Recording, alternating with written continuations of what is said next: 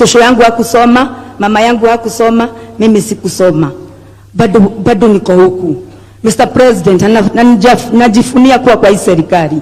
Na nakupenda sana kama president wangu, mwenye nilipiga magoti sana nikaombea. Sisi mama mboga tuko wapi? Aya, tulipoteza familia, tulipoteza mabwana. Nitakujibu. Asante.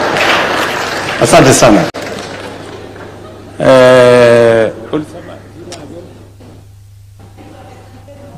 Esther. Asante sana Esther. Asante sana Esther. Asante sana Esther. Nitakwambia wewe kama mama mboga mambo matano. Si ndio? Kwa sababu wewe uko na mtoto. Si ndio? Si uko na watoto? Umebarikiwa na Mungu, uko na watoto. So kama wewe hujapata kazi, ujipange ndio mtoto wako tupangane na yeye apate kazi. Sinema hiyo? Mtu wako hapo utapangana na yeye. Ako hapo. That is number 1. Number 2, unajua tulikubaliana ya kwamba mama mboga pia atafanya kazi mahali kuna heshima. Tutahakikisha tutajenga soko. Tuhakikisha kwamba kina mama mboga wanafanya kazi. As I talk to you, nikiongea na wewe, tunajenga saa hizi soko 200 Kenya ya kina mama mboga. And most of them are actually in the process of completion. In fact, nitauliza governor wa Nairobi, kwa sababu si unatoka Nairobi? Nitauliza governor wa Nairobi aniambie mahali tuko kwa hiyo mpango yetu ya soko. Ngoja kidogo Senator, Governor Sakaja, just so number 1. So wewe uko hapo utafanya kazi mahali kuna heshima. Number 3, katika mpango yetu ya afya, mama mboga hakuwa kwa mpango ya afya kwa sababu NHIF ilikuwa ni number 1 watu wenye wanafanya kazi, number 2 watu wenye wako na uwezo. Lakini sasa kwa hii mpango ambayo tuko nayo ya Taifa Care, wewe Esther sasa uko na nafasi ya kuwa na bima ya afya as a person. Hii Taifa Care ina recognize mama mboga, na kwamba wewe pia sasa utakuwa na nafasi ya kuwa na bima ya afya. Utaenda hospitali, mtoto wako atatibiwa na hakuna malipo yoyote utalipa. Hiyo ni number 3. Sawa sawa? Number 4, najaribu kupanga mahali huko kwa hii mpango hii. Number 4, pale katika mpango ya housing, kwa sababu umeniambia mahali unaishi, si ndio? Pale kwa muda mrefu nyumba haina maji, nyumba haina choo, hakuna stima, hakuna barabara. Katika mpango yetu ya affordable housing, na umesikia ule jamaa wa affordable housing aliongea hapa. Did somebody speak about affordable housing here? No, we are going to talk about it. I know there is somebody from affordable housing. Sasa wewe kama mama mboga uko na nafasi ukijiandikisha kwa boma yangu. Sasa wewe utakuwa na nafasi ya kuwa home owner. Hapo nyuma ilikuwa ili upate nyumba lazima uwe tayari kulipa 20,000, 30,000, 50,000. Lakini kwa hii Nairobi sasa utapata nafasi ya kuwa mwenye nyumba, na kati ya shilingi 3,000 ama shilingi 5,000 yenye utalipa kila mwezi under our affordable housing program. Kwa sababu tumesema we want to make home ownership, dignify our people with home ownership. Now mama mboga kama wewe anaweza kuwa na nyumba yake sio ya kukodesha nyumba yake ambaye ataishi na iwe yake kwa kulipa pesa kidogo. So these are some of the things we are doing to make sure that we cover everybody. Yeah. So those are among the things I can tell you as we go forward. We have, I'm told it is going to 9. We have only 5 minutes of this. Let me take a question from that young man. And just one question, eh? Yeah. And then this side, one question. Yeah, this gentleman. Okay. Good Yes. evening. My name is Peter Ogutu, a student at the Technical University of Kenya. Yes, I have a question to you, Mr. President. Recently, we witnessed a move by the Cabinet Secretary, Dr. Alfred Mutua, where he facilitated the exportation of Kenyan skilled energetic labor to external markets for job opportunities. A good move that we appreciate, but doesn't that move leave the Kenyan economy at a bad place with the deprived skilled labor and or stressed skilled labor that cannot meet its potential? A good example is the medical sector, where we have fewer doctors attending to numerous patients, yet these doctors and nurses still form part and parcel of the skilled labor that are being exported to external market for employment. Thank you. Alfred, do you want to answer that question? It's a very good question from Mr. Ogutu. The reality is that we are producing more people than we need in the job market. For example, when you look at doctors and nurses, it is not that we do not have enough doctors or nurses being produced. Yes, the numbers are not where we are in terms of United Nations numbers, WHO, of the number per people. It's that we do not have the capacity at this time to absorb all of them. So I see where you're coming up with your point. But I also want to change the mentality where we think that there is what people are thinking of brain drain. What is happening is this. You have, for example, in the ICT sector, a huge number of people that are ready to work, that even if we sent away 100,000 people in ICT, we would still leave this country with so many other people, 500,000, who are still looking for employment. So that thinking that if we're sending people away, we are depriving our country, is not really accurate, because we have more people out of work who can go and work overseas without depriving our Kenyan local market.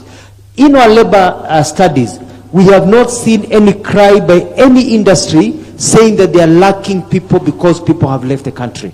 We are producing people in TVETs, producing people in the universities, so we have a bulge of employment. Your Excellency. Okay, can you address, there is also one question, Alfred, that people continue to say, are we going through a brain drain? Are we exporting our brain power? Or does it eventually amount to a brain gain? Can you explain that? What usually happens is this. If you look at the countries that have really developed very fast, you look at, for example, the example of Singapore, China, Malaysia, Indonesia. What they did, these tech economies, was to ensure that their people who went and worked overseas came back home. We're calling this labor mobility because when you're going to work, it doesn't mean that you're going forever. You're going to work for 2-3 years and come back. What we have realized is that when you go overseas, you're able to gain skills. When His Excellency was in Germany, we are talking about Kenyans going to work to produce the German vehicles. So you go to Germany as an engineer, you produce the vehicles for 2 to 3 years, then you come back home. What happens? You're bringing back new talent. Kenya is actually getting brain gain. You're bringing new ways of doing things. When you talk to the construction industry, for example, construction industry are now looking for people who have worked overseas. If you are a plumber, if you are a mason, if you are an interior designer and you have worked in Dubai, the big companies working in Kenya want to employ you because your skills are a bit higher than the market, than the population in Kenya that is competing with you for the job market, because you have gained new skills. When you go to the UK as a nurse, you go to the US as a doctor, and you gain new skills in those hospitals that you're working in the US or in Italy and other places. When you come back, you're hot cake because of the brain gain. Thank you very much. And I think just to buttress that point, is that, you know, the people going out, they are going out for short contracts. This is 3 years, maybe 5 years. After that 5 years, they come back home. And when they come back home home with added skills. They have gained experience. They have worked in a different market. And they, most of the time, you find that they have improved on their skills. So it may look like brain drain, but eventually it becomes brain gain. That's what Alfred is saying. So, Your Excellency, thank you. My name is Felix Chege. I run a company called Real Sources Africa. First, I'd start by commending your efforts on making the African Free Container Trade Area work. I have been one of the beneficiaries of it. Being a beneficiary means that we got appointed by the AFCFTA Secretariat as a trading company on behalf of Kenya. And what we've been doing is that we've been supporting aggregation exercises for export. As late as a few weeks ago, we launched a Trade Connect initiative, an initiative that looks at shipping 1,000 containers over a period of 12 months to 5 African countries. And we've seen a lot of support from financial institutions in structuring of trade finance elements or instruments that are meant to promote inter-Africa trade in terms of aggregation. And at the same time, we've been able to do market development campaigns to be able to promote African or Kenyan manufactured products across the continent. Our main ask is investment more in market development campaigns. We have a lot of African countries that don't know what we actually manufacture as a country. And we've realized that this information is really important when it comes to providing an alternative of the products that we can ship to the export market within the African context. Other than that is using the products themselves as a collateral for transactions. We've been able to work around an aspect of how can we get our manufacturers to use the products that they manufacture as a collateral and go to the export market. We're looking at, or our ask could be, how can we use the credit guarantee scheme that you have already initiated to convert it to be an export guarantee line that can be used by our manufacturers to be able to guarantee them payments after they ship their products. Other than that, I thank you for really looking into the protocol on youth and women in trade, and we've leveraged on that to be able to access a lot in terms of just opening doors of the Secretariat.